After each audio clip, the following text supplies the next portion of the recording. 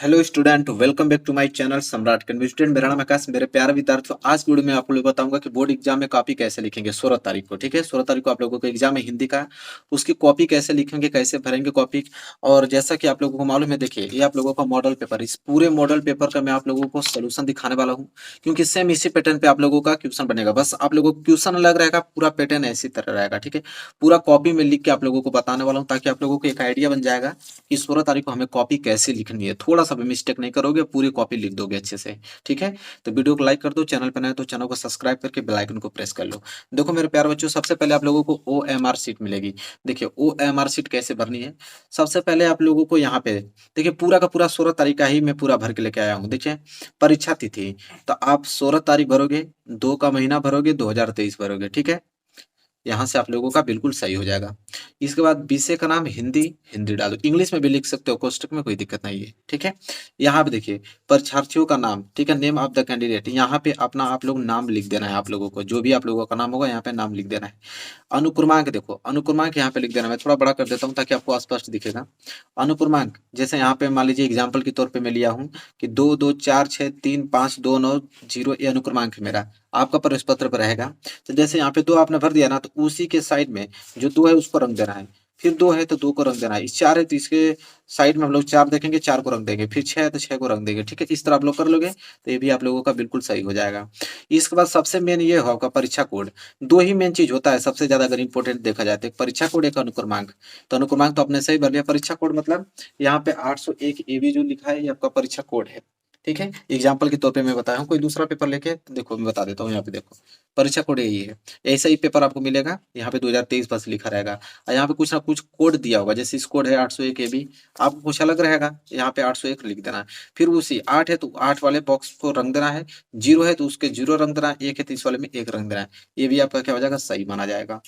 इसके बाद देखो परीक्षा में आप लोगों को वार्षिक पे आप लोगों को रखना है, क्योंकि आप वार्षिक पेपर दे रहे हो, ईयरली पेपर दे रहे हो। ठीक है, और यहाँ पे वार्षिक आपको लिख भी देना है। या तो वार्षिक लिख सकते हो, या तो ईयरली इंग्लिश में भी लिख सकते हो, कोई दिक्कत नहीं होगी, ये भी सही हो जाएगा। फिर कक्षा 10 में आप पढ़ रहे हो तो 10 में, 12 में पढ़ रहे हो तो आप लोग 12 को लिख देना। ठीक है, फिर पंजीकरण संख्या, रजिस्ट्रेशन नंबर, आपके प्रवेश पत्र रजिस्ट्रेशन नंबर दिया रहेगा प्रवेश पत्र पे, और पूरा का पूरा रजिस्ट्रेशन नंबर लिख देना। फिर वही 2 है तो 2 का रंग देना, 4 है तो 4 को रंग देना, 6 है तो 6 को रंग देना। ये भी आप लोगों का सही माना जाएगा। इसके बाद देखो ये आप लोगों का ये रंगने के लिए आएगा। ये OMR शीट है, जो 20 नंबर का बहुविकल्पीय प्रश्न आएगा ना, तो रंगने के लिए अभी मैं बताऊंगा कैसे होगा। और यहाँ पे अपना सिग्नेचर आप लोगों को रख देना है। ठीक है, और इसको छोड़ देना है, क्योंकि आपके कक्ष निरीक्षक करेंगे, जो आपके पेपर दिलवाएंगे, जिस रूम में आप रहोगे एक टीचर रहेंगे, उनका सिग्नेचर यहाँ पे होगा। ये तो OMR शीट की बात हुई। ठीक है, कैसे भरना है, इसमें जो आप लोगों को ऑप्शन क्लिक करना है वो बताता हूँ। पेपर भी स्टार्ट होगा, अभी कर रहा हूँ पेपर का सोल्यूशन तो बताऊंगा। इसके बाद परीक्षा देखो, यही परीक्षा कॉपी मिलेगी आप लोगों को, सेम यही पेपर मिलेगा। ठीक है, कैसे भरना है, तो वही देखो परीक्षार्थियों का अनुक्रमांक अंकों में, तो अंकों में अपना अनुक्रमांक लिख देना। फिर परीक्षार्थियों का अनुक्रमांक शब्दों में, तो जैसे देखो ये मान लीजिए मेरा अनुक्रमांक है, तो 2 2 है ना, तो इसको लिखूंगा 2। ये भी 2 है तो 2, 4 है तो 4, 6 है तो 6 लिखूंगा, 3 है तो 3 लिखूंगा, 5 है तो 5, 2 है तो 2 लिखूंगा, 9 है तो 9, 0 है तो 0। इसी तरह आप लोगों को लिखना होगा अनुक्रमांक। ठीक है, अंकों में, यहाँ पे शब्दों में लिखना पड़ेगा। इसके बाद देखो विषय आप लोगों का हिंदी रहेगा, हिंदी डाल देना। प्रश्न पत्र, तो केवल प्रश्न पत्र डालना, क्योंकि हिंदी का एक ही पेपर आप लोगों का होगा। ठीक है, फिर देखो प्रश्न पत्र पर अंकित संकेतांक, अभी हमने बताया है एक पेपर लिया था संकेतांक 801 KB। देखो 801 KB, इसी तरह आप लोगों का मिलेगा जो पेपर, ये जो लिखा रहेगा यही संकेतांक भरना है। ठीक है, परीक्षा का दिन, तो देखो 16 तारीख आप लोगों का बृहस्पतिवार पड़ रहा है, तो यहाँ बृहस्पतिवार डाल देना। परीक्षा की तिथि 16/2/2023 डाल देना। पाली प्रथम पाली, और जो इंटर में होंगे वो द्वितीय पाली डालेंगे, क्योंकि दोपहर को पेपर होगा उनका 2 बजे से। ठीक है, फिर केंद्र का नाम, तो केंद्र का नाम देखो मैं सम्राट अकेडमी डाला हूँ, लेकिन केंद्र का नाम ये होता है कि जहाँ पे सेंटर गया होता है वहीं का नाम डाला हो जाता है। ये नहीं कि जिस स्कूल में पढ़ रहे हो वहाँ का नाम नहीं लिखा जाता है। जहाँ पे तुम पेपर दे रहे हो उस स्कूल का नाम लिखा जाता है केंद्र के नाम में। ठीक है, इसके बाद इसको छोड़ देना, कक्ष निरीक्षक भरेंगे। जो आपके कक्षा में होंगे वो भरेंगे कि आप किस एग्जाम रूम में बैठे हो, रूम संख्या भरेंगे, यहाँ पे दिनांक भरेंगे और हस्ताक्षर यहाँ पे करेंगे। इतना ही आप लोगों को काम करना है, ये वाला नीचे वाला नहीं भरना है। ठीक है, याद रखिएगा नहीं कि आप लोग ही भर दो इसको। ठीक है, अगर इस तरह करोगे, कॉपी भरोगे या लिखोगे, तो 100% अब मैं आपको दावा करता हूँ कि 100 में से 95 नंबर लेकर आओगे हिंदी में। मतलब जिस प्रकार मैं आपको बताऊंगा लिखने का तरीका, उस प्रकार। तो ये तो कॉपी भरने का तरीका था, कॉपी भरने का तरीका हमने आप लोगों को पूरा स्पष्ट तरीके से बता दिया। अब इसको हटाता हूँ और इसको लेके आता हूँ। देखो इसका अब मैं सलूशन बताने वाला हूँ, किस प्रकार सलूशन करोगे। देखो कैसे करोगे तो पूरे अंक आप लोगों को मिलेंगे।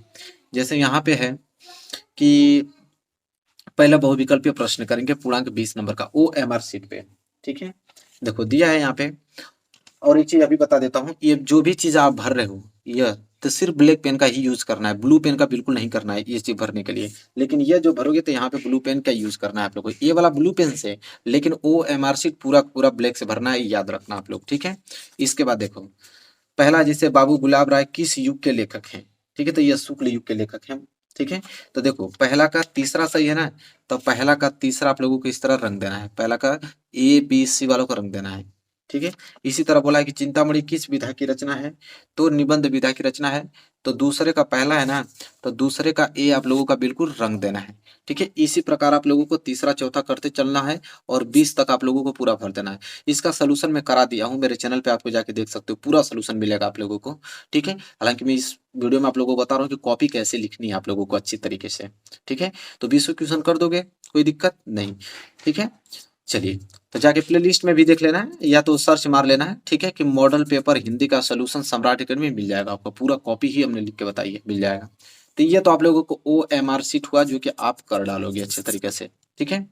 चलिए, इसमें गलती क्या करना है कि गलती कभी मत कीजिएगा कि जैसे आपने C रंग दिया, ठीक है, बाद में मालूम चला कि नहीं यार तो D सही है, तो इसको गलत नहीं, इसको गलत करके इसको नहीं रंगना है। एक बार आपने जो रंग दिया, ठीक है, गलत करोगे तो एक भी नंबर नहीं मिलेगा, कट पूरा का पूरा कट जाएगा। इसके बाद देखो ये भी हो गया। तो ये देखो ये 20 नंबर के बहुविकल्पीय प्रश्न थे जो कि मैंने करा चुका हूँ ऑलरेडी, बहुत बार करा चुका हूँ, ठीक है। अब मैं आपको बताता हूँ कैसे लिखना है यहाँ से। खंड ब, वो तो खंड अ था बहुविकल्पीय प्रश्न वाला, ये खंड ब है जो कि पूर्णांक कितने नंबर का, 50 नंबर का रहेगा। और उसमें पहला प्रश्न जैसे दिया देगा आपको कि निम्नलिखित गद्यांश पर आधारित 3 प्रश्नों का उत्तर दीजिए। गद्यांश ही देगा, भले ही या न दे, ये तो मॉडल पेपर है, मतलब पहले गद्यांश ही आपको देगा जो कि 6 नंबर के लिए रहेगा। और पहला ही प्रश्न उसमें रहेगा कि उपयुक्त गद्यांश का संदर्भ लिखिए, ठीक है। तो अब मेरे प्यारे बच्चों देखो संदर्भ कैसे, पहले लिखने का तरीका क्या, कॉपी में आपको बताता हूँ। कॉपी लिखने का देखिए तरीका यह होता है, ठीक है, देख लीजिए। खंड ब, सबसे पहले आप हेडिंग ब्लैक पेन से डालोगे खंड ब, फिर प्रश्न उत्तर संख्या पहला कर रहे हो, उसमें भी पहला का आप पहला कर रहे हो अ, तो उसमें अ डालोगे। संदर्भ कर रहे हो तो संदर्भ ब्लैक पेन से हेडिंग डालना है, उसके नीचे अंडरलाइन कर लेना है, फिर अच्छी से हेडिंग आपको डालना है। इसके बाद लिखना है, देखिए संदर्भ लिखने का तरीका ये होता है कि प्रस्तुत गद्यांश हमारी पाठ्य पुस्तक हिंदी गद्य खंड में संकलित मित्रता नामक पाठ से उद्धृत किया गया है और इसके लेखक आचार्य रामचंद्र शुक्ल हैं, ठीक है। और देखिए जो आप लोगों को ध्यान में रखना है, जैसे हिंदी से लिया गया तो हिंदी को ब्लैक पेन से लिखना है, मित्रता नामक चैप्टर से लिया गया तो मित्रता को ब्लैक पेन से लिखना है। इसके लेखक कौन है, आचार्य रामचंद्र शुक्ल जी हैं, तो आप लोगों को ब्लैक पेन से हाईलाइटेड कर देना है। इससे क्या होगा कि जब एग्जामिनर कॉपी चेक करेगा तो एक तो हेडिंग को देखेगा और बीच में जो आपने मेन पॉइंट लिखा है उसको देखेगा, उसके पास समय नहीं रहता कि पूरा पढ़ेगा, इन्हीं 2-3 चीजों को देखोगा और पूरा का पूरा नंबर दे देगा। तो इसी प्रकार आप लोगों को करना है। फिर देखो आप लोग स्क्रीनशॉट भी ले सकते हो, पूरा सोल्यूशन है, ठीक है, ये मॉडल पेपर का, ठीक है, स्क्रीनशॉट भी ले सकते हो। इसके बाद देखो दूसरा है कि गद्यांश के रेखांकित अंश की व्याख्या कीजिए। देखो ये जितने नीचे अंडरलाइन किया गया है ना, जितने शब्दों के नीचे यहाँ से लेके यहाँ तक सबका रेखांकित अंश की व्याख्या करना है, ठीक है। तो देखो व्याख्या इस तरह आप लोगों को करना है कि रेखांकित अंश की व्याख्या हेडिंग डालना है और ये तब जाके आप लोगों को व्याख्या करना है इस तरह। अब हालांकि मैं करा दिया हूँ, पढ़ूंगा नहीं, लेकिन आप लोग देख लो, स्क्रीनशॉट ले लो, ठीक है। इस प्रकार करना है। अभी पीछे और है, मैं उसको दिखाता हूँ। देखो उसी रेखांकित अंश की व्याख्या के भी है यह, ठीक है, स्क्रीनशॉट ले लो यहाँ तक, वो रेखांकित अंश का व्याख्या ही हुआ है, ठीक है। आगे अगर हम बात करें तो देखो एक प्रश्न और इसमें दिया हुआ है कि पूछा है कि लेखक के अनुसार समाज में विभिन्नता देखकर लोग एक दूसरे की ओर क्यों आकर्षित होते हैं, ये तीसरा वाला। तो देखो तीसरा का भी सोल्यूशन यहाँ पे है। तो इस तरह आप लोगों को तीसरा हेडिंग डालना है कि तीसरा में कर रहा हूँ और इस तरह आप लोगों को कॉपी लिखना है पूरा अच्छे तरीके से, ठीक है। स्क्रीनशॉट लेना चाहोगे तो ले सकते हो। देखो कॉपी इस तरह लिखी जाती है, पूरी डिटेल में बताऊंगा, हर एक प्रश्न का बता रहा हूँ ताकि आप लोगों को कोई दिक्कत नहीं हो, ठीक है। और देखिए इसमें चॉइस दिया था, जैसे खंड ब में ये पहला दे दिया ना, तो अथवा करके एक और दिया है, देखो यहाँ पे अथवा लिखा है ना, अथवा लिख के एक और दिया है कि हे भगवान तब के लिए विपद के लिए इतना आयोजन परम पिता की इच्छा के विरुद्ध इतना साहस पिताजी की अभ्यर्थ नहीं मिलेगी। तो ये जो आप लोगों ये भी गद्यांश ही है। तो दो ऑप्शन दिया है, या तो पहला कर लो या तो अथवा करके ये कर लो, मतलब दोनों में से जो भी आपको एक आएगा उसको कर लेना है। अथवा करना होगा तो आपको बस हेडिंग चेंज करनी होगी कि प्रश्न उत्तर संख्या क पहला का आप अथवा कर रहे हो तो पहला का अथवा डालना पड़ेगा हेडिंग में, ठीक है। तो दोनों में से कोई एक ही करना है, ये नहीं कि दोनों ही कर दोगे, ठीक है। तो दोनों आएगा तो दोनों, ये नहीं कि दोनों आ रहा है तो दोनों ही कर देना है, दोनों में से किसी एक ही करना है। दोनों कर दोगे तो एक भी नंबर नहीं मिलेगा, बता दे रहा हूँ। तो पहला प्रश्न जो आप करने जाओगे तो दो देगा, दोनों में से कोई एक ही करना होगा। अब दूसरा प्रश्न, दूसरा में भी 2 दिया है देखो। ये कि पद्यांश दिया है कि दिए गए पद्यांश पर आधारित 3 प्रश्नों के उत्तर दीजिए। एक तो पहला यह है, अथवा करके एक और दिया है। तब डिपेंड करता है कि आपको ये आ रहा है कि ये आ रहा है। दोनों में से जो आएगा वो आपको करना होगा। अगर प्रश्न उत्तर दूसरा का पहला आ रहा है तो आप हेडिंग डालोगे प्रश्न उत्तर दूसरा बस। अगर अथवा करना होगा तो हेडिंग डालोगे प्रश्न उत्तर दूसरा का अथवा, तब जाके इसको लिखोगे। ठीक है, तो देखो दिए गए पद्यांश पर आधारित 3 प्रश्नों का उत्तर देना है। ठीक है, देखो हालांकि यहाँ पे हम लोग प्रश्न उत्तर संख्या दूसरा ही कर रहे हैं, मतलब पहला वाला ही कर रहे हैं, ये वाला चरण कमल बंदो हरिराई वाला। ठीक है, आप लोगों के पास मॉडल पेपर तो होगा ही होगा, मिला लेना। देखो पहला प्रश्न, उपयुक्त गद्यांश का संदर्भ लिखिए। फिर दूसरा, रेखांकित अंश की व्याख्या कीजिए। तीसरा, उपयुक्त पंक्तियों में कौन सा अलंकार है। तो देखो उपयुक्त गद्यांश का संदर्भ लिखिए। ठीक है, तो गद्यांश, सॉरी बार बार गद्यांश कर रहा हूँ, पद्यांश है। तो देखो संदर्भ कैसे लिखोगे कि यह पद श्री सूरदास द्वारा रचित सूर सागर नामक ग्रंथ से हमारी पाठ्य पुस्तक हिंदी के काव्य खंड में संकलित पद शीर्षक से उद्धृत है। तो वही चीज देखो, संदर्भ हेडिंग हमने डाला। ठीक है, और यहाँ पे सूरदास जी हैं तो उनको हाईलाइटेड किया, सूर सागर नामक ग्रंथ से है तो उसको हाईलाइटेड किया, हिंदी से लिया गया तो हिंदी को हाईलाइटेड किया, पद शीर्षक से उद्धृत है, पद को हमने हाईलाइट किया, बस यही देख के नंबर मिल जाएगा। अब देखो कभी याद रखना कि जब भी पद्यांश लिखना ना तो पद्यांश के साथ साथ प्रसंग भी लिखा जाता है। प्रसंग का मतलब ये चीज होता है कि उस पूरे के पूरे पद्यांश में किन चीजों की बात हुई है बस। तो देखो प्रसंग में लिखोगे कि इस पद में भक्त कवि सूरदास जी ने श्री कृष्ण की महिमा का वर्णन करते हुए उनके चरणों की वंदना की है, बस ऐसे ही आपको लिखना है। तब जाके आप दूसरे हेडर डालोगे, लिखोगे कि रेखांकित अंश की व्याख्या। ठीक है, तो रेखांकित अंश की व्याख्या यहाँ तक है। रेखांकित अंश व्याख्या जैसे यहाँ बोला था कि बैरो सुने गूंग पुने बोले, रंग चले सिर छत्र धराई। अब इसका क्या व्याख्या है कि कह रहे हैं कि मैं ईश्वर भगवान श्री कृष्ण की कमलवत चरणों की वंदना करता हूँ कि जिनकी कृपया से बहरा व्यक्ति सुनने लगता है, गूंगा व्यक्ति बोलने लगता है और निर्धन व्यक्ति सिर पर छत्र धारण कर चलने लगता है। ठीक है, इस तरह आप लोगों को व्याख्या लिखना है। एक प्रश्न और दिया है कि उपयुक्त पंक्ति में कौन सा अलंकार है, तो उसको भी देखिए यहाँ पे भर गया है ना, तब उस साइड हम लोग करेंगे। तो देखिए यहाँ तीसरा लिख दिया हूँ कि उक्त पद में रूपक और अनुप्रास अलंकार अभिव्यक्ति हुई है। ठीक है, बस अब जाके प्रश्न उत्तर तीसरा करेंगे, क्योंकि यहाँ प्रश्न उत्तर दूसरा में 2 दिया था तो दोनों में से एक ही करना था, तो एक हमने कर दिया तो इसको छोड़ना पड़ेगा। और आपका मन दोनों में से जो आएगा उसको करना है, दोनों नहीं करना है, याद रखना। दोनों करोगे तो नंबर कट जाएगा। तो ये प्रश्न दूसरा इस तरह करना है, सेम ऐसे ही पेपर आएगा, बस क्वेश्चन चेंज रहेगा। ठीक है, बाकी आप लोगों का सेम पेपर यही रहेगा। फिर प्रश्न उत्तर तीसरा, इसमें भी 2 ऑप्शन दिया है कि दोनों में से कोई एक ही करना है। जैसे बोला कि दिए गए संस्कृत गद्यांश में से किसी एक का संदर्भ सहित हिंदी में अनुवाद कीजिए। ठीक है, अब इसका हिंदी में अनुवाद करना है। ठीक है, तो अब देखो कैसे करोगे। तो आप प्रश्न उत्तर संख्या तीसरा डालोगे और इसका भी सबसे पहले आपको संदर्भ लिखना पड़ेगा। ठीक है, संदर्भ नोट कर लो, प्रसंग भी नोट कर लो। ठीक है, अब मैं पढ़ूंगा नहीं क्योंकि समय ज्यादा लग रहा है, आपको बस नोट कर, मैं आपको बता रहा हूँ कॉपी कैसे लिखना है। फिर उसका अनुवाद हेडिंग डालना, अनुवाद भी कर लो। ठीक है, स्क्रीनशॉट जिसको इसका पूरा सोल्यूशन चाहिए वो जितने बच्चे हैं सब स्क्रीनशॉट ले लो, सोल्यूशन भी हो जाएगा उन सभी का। ठीक है, और इस तरह आप लोगों का कॉपी लिखने का तरीका भी मालूम चल जाएगा किस प्रकार लिखना है। अब जाओगे प्रश्न चौथा पे। प्रश्न उत्तर चौथा में 2 ऑप्शन दिया है, दोनों में से कोई एक ही करना है। ठीक है, यह करो या यह करो। है प्रश्न चौथा कि दिए गए संस्कृत पद्यांश में से किसी एक का संदर्भ सहित हिंदी में अनुवाद कीजिए। ठीक है, अब देखो देखो उसी के लाइन का ये नीचे था उसको नोट कर लेना, प्रश्न तीसरे का ही। अब देखो मैं प्रश्न उत्तर संख्या चौथा का अथवा कर रहा हूँ, जैसे यहाँ दिखा देता हूँ। जैसे प्रश्न उत्तर चौथा है, 2 दिया है, या तो ये करो अथवा करके या तो ये करो। ठीक है, तो मैं नीचे वाला कर रहा हूँ, अथवा वाला कर रहा हूँ, तो मैं लिखा हूँ प्रश्न उत्तर संख्या चौथा का अथवा। अब देखो उसका हमने संदर्भ लिख दिया, उसका हमने प्रसंग लिख दिया, उसका हमने अनुवाद लिया। इस तरह लिखोगे ना, एक नंबर नहीं कटेगा, पूरे नंबर आप लोगों को मिलेंगे। देखो यही तरीका होता है कॉपी लिखने का, इसी तरह आप लोगों को 16 तारीख को कॉपी लिखनी है।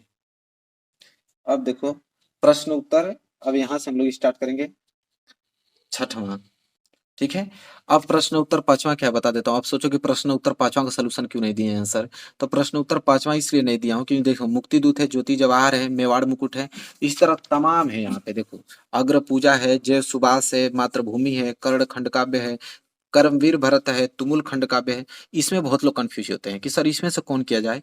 तो देखो क्वेश्चन बैंक होगा, क्वेश्चन बैंक में डिस्ट्रिक्ट वाइज आता है।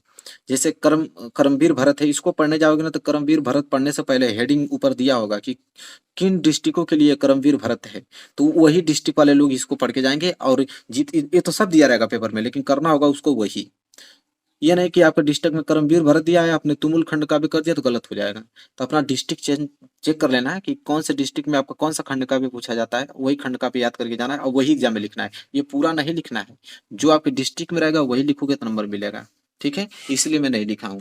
अब देखो छठवां, कि दिए गए लेखकों में से किसी एक का जीवन परिचय लिखते हुए उनकी एक प्रमुख रचना का उल्लेख कीजिए। अब 5 नंबर के प्रश्न आएंगे और इसमें से जीवन परिचय लिखना है, तो इस तरह डालोगे। प्रश्न उत्तर संख्या छठवां का तीसरा में कर रहा हूँ, जीवन परिचय आचार्य रामचंद्र शुक्ल जी का।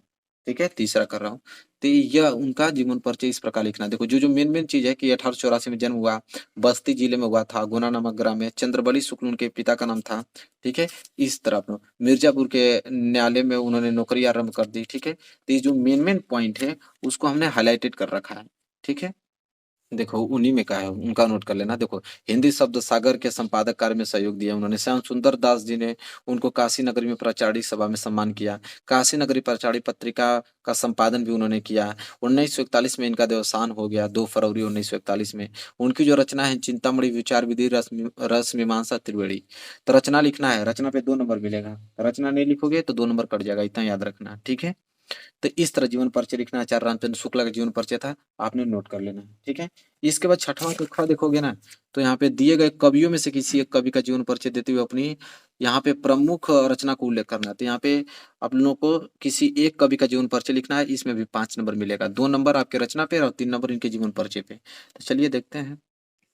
तो देखो प्रश्न उत्तर संख्या छठवां का ख, जीवन परिचय तुलसीदास, मतलब पहला कर रहा हूँ तुलसीदास का जीवन परिचय। जैसे यहाँ पे मैं पहला कर रहा हूँ गोस्वामी तुलसीदास का, ये देख लो, स्क्रीन शॉट ले लो। बांदा जिले में हुआ था, राजापुर में। 1554 में हुआ था, सोरो नामक स्थान पे हुआ था, एटा जिले में। ठीक है, और दो लोग मानते हैं, कुछ लोग मानते हैं कि राजापुर के जो जिले राजापुर में, बांदा जिले में उनका जन्म हुआ था। कुछ लोग मानते हैं कि एटा जिले के सोरो नामक ग्राम में उनका जन्म हुआ था। आत्माराम दुबे, उनके जो आत्माराम दुबे उनके पिता का नाम था, माता का नाम हुलसी था। और यहाँ पे जब उनके माता पिता छोड़ दिया उनको, तो स्वामी नरसिंहदास ने उनका पालन पोषण किया। दीनबंधु नामक लड़की, दीनबंधु नामक पाठक कन्या उनकी जो रत्नावली थी, उनसे विवाह हुआ उनका। ठीक है, और यहाँ पे आप लोग इसका नोट कर लेना पूरा का पूरा, और मैं इधर दिखाता हूँ आप लोगों को करना क्या है। फिर देखो इनका जीवन काशी अयोध्या में चित्रकूट में अधिक व्यतीत हुआ, और 80 घाट में इनका मृत्यु हुआ 1680 में। ठीक है, और रचना की बात करें, रामचरितमानस और विनय पत्रिका और कवितावली, दोहावली, गीतावली उनकी रचना है। 2 नंबर मिलेगा रचना पे, याद रखना, इस तरह लिखना आप लोगों को। फिर प्रश्न उत्तर सातवां, देखो अब प्रश्न उत्तर सातवां आप लोगों से मुलाकात हुआ, सेम ऐसे ही पेपर पैटर्न रहेगा, बस आप लोगों के चेंज रहेंगे ऐसे। देखो प्रश्न सातवां, अपने पाठ्य पुस्तक में से कंठस्थ कोई श्लोक लिखिए जो इस प्रश्न पत्र में ना आया हो। तो कोई अलग श्लोक लिखना है जो इस प्रश्न पत्र में ना आया हो। ठीक है, अब इसका क्या मतलब, इसको सीख लो, नहीं तो बहुत लोग गलती करते हो, 1 नंबर नहीं मिलेगा। ठीक है, देखो मेरे प्यारे बच्चों, जब पेपर देने जाओगे ना, तो वहां पे मुलाकात होगी प्रश्न चौथा से। देखो प्रश्न चौथा में ये जो पद्यांश है, पद्यांश को इस श्लोक बोलते हैं, संस्कृत के पद्यांश को इस श्लोक बोलते हैं। देखो 2 श्लोक दिया है ना, तो ये नहीं कि 2 श्लोक दिया है तो इन दोनों श्लोकों में से कोई एक श्लोक लिख दोगे। तो इन दोनों श्लोकों में से कोई एक श्लोक लिख दोगे ना, तो 1 नंबर नहीं मिलेगा। उसमें बोल रखा है कि इस प्रश्न पत्र में ना आया हो, तो इन दोनों से कोई अलग लिखोगे ना, तभी आप लोगों का मिलेगा भैया। ठीक है, नंबर। तो देखो प्रश्न उत्तर सातवां का, प्रश्न उत्तर सातवां में कर रहा हूँ। तो देखो हमने अलग से लिखा है कि बंधम मरणो वापी जयो वापी पराजया उभयत्र समो वीर वीर भाव ही पीरता। इस तरह मैंने लिखा है, तब जाके आप लोगों को नंबर मिलेगा, तो 1 नंबर आप लोगों को नहीं मिलने वाला है। ठीक है, आपको अलग लिखना पड़ेगा। ये भी हो गया। अब देखो, फिर देखो आठवां, कि निम्नलिखित में से किन्हीं 2 प्रश्नों का उत्तर संस्कृत में दीजिए। तब देखो 4 दिया रहेगा, इसमें से किन्हीं 2 ही प्रश्न का उत्तर संस्कृत में देना होगा, तो 4 नंबर मिल जाएगा, 2-2 नंबर के हिसाब से। तो देखो हमने लिखा है यहाँ पे प्रश्न उत्तर संख्या आठवां, हमने पहला का दिया है, हमने चौथा का संस्कृत में उत्तर दिया। सोल्यूशन इसका नोट कर लो मेरे प्यारे बच्चों। ठीक है, हमने पहला का दिया है और हमने चौथा का दिया है, नोट कर लो। फिर देखो 9वां प्रश्न है, जो कि 9 नंबर के लिए आएगा। निम्नलिखित में से किसी एक विषय पर निबंध लिखिए। देखिए पर्यावरण संरक्षण पर उपाय, आतंकवाद का निवारण, जनसंख्या लाभ हानि, नारी शक्तिकरण, इनमें से किसी एक पे निबंध लिखना है, जो कि 9 नंबर आप लोगों को दिलाएगा। ठीक है, तो देखिए निबंध लिखने का तरीका क्या है, कैसे लिखोगे। देखो प्रश्न उत्तर संख्या 9वां, जनसंख्या पे लिख रहा हूँ, जनसंख्या लिखना है। सबसे पहले आपको रूपरेखा लिखना होगा।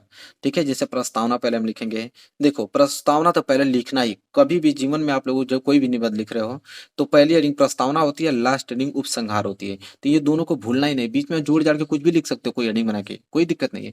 लेकिन कोई भी एग्जाम कॉपी चेक करेगा, अगर निबंध पे आपको नंबर मिलेगा तो इन्हीं दोनों पे, पहले वो प्रस्तावना चेक करेगा और लास्ट में आपका उपसंहार देखेगा। अगर दोनों हेडिंग नहीं रहेगी तो आप समझ लो बहुत मतलब ना के बराबर नंबर ही नहीं मिलने वाले हैं। और दोनों हेडिंग आपने उपस्थित कर दिया, भले ही कुछ उसमें गलत सही लिखे हो, लेकिन दोनों हेडिंग आपने सही डाला है, प्रस्तावना और लास्ट वाला उपसंहार, तो आपके पूरे नंबर मिलेंगे। तो हमने प्रस्तावना, जनसंख्या में वृद्धि के कारण, निवारण, उपसंहार, ये सब हमने रूपरेखा लिख दिया। अब इन्हीं को हेडिंग बना के लिखना है।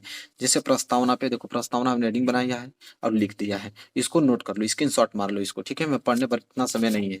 फिर देखो इधर, फिर इसको भी नोट कर लो। दूसरा हमने हेडिंग बनाया है कि जनसंख्या में वृद्धि के कारण, ठीक है। तो देखो जनसंख्या में वृद्धि के कारण क्या है, इसको भी आप लोग स्क्रीनशॉट मार लो, ठीक है। मैं आपको दिखाता हूँ। इसके बाद देखो कॉपी पूरी की पूरी भर गई है मेरी। इसके बाद तीसरा हमने निवारण, देखो निवारण कैसे होता है, निवारण के लिए भी स्क्रीनशॉट ले लो, ठीक है। फिर उपसंहार लास्ट में, तो उपसंहार। तो देखो पूरा का पूरा पेपर भी हम लोगों का समाप्त हो गया। सेम ऐसे ही हिंदी का पेपर आएगा और ऐसे ही आपको करना होगा। पूरा का पूरा सोल्यूशन हमने बता दिया। इसी तरह आप लोगों को बोर्ड एग्जाम में कॉपी लिखोगे 16 तारीख को, एक नंबर नहीं कटेगा मेरे प्यारे बच्चों, ठीक है। तो बोर्ड में कॉपी लिखने का तरीका आपको मालूम चल गया है। और वीडियो पसंद आए तो जरूर लाइक कीजिएगा, चैनल पर नए तो चैनल को सब्सक्राइब करके बेल आइकन को प्रेस कर लेना। मिलेंगे एक प्यारे से नेक्स्ट वीडियो में, तब तक के लिए धन्यवाद।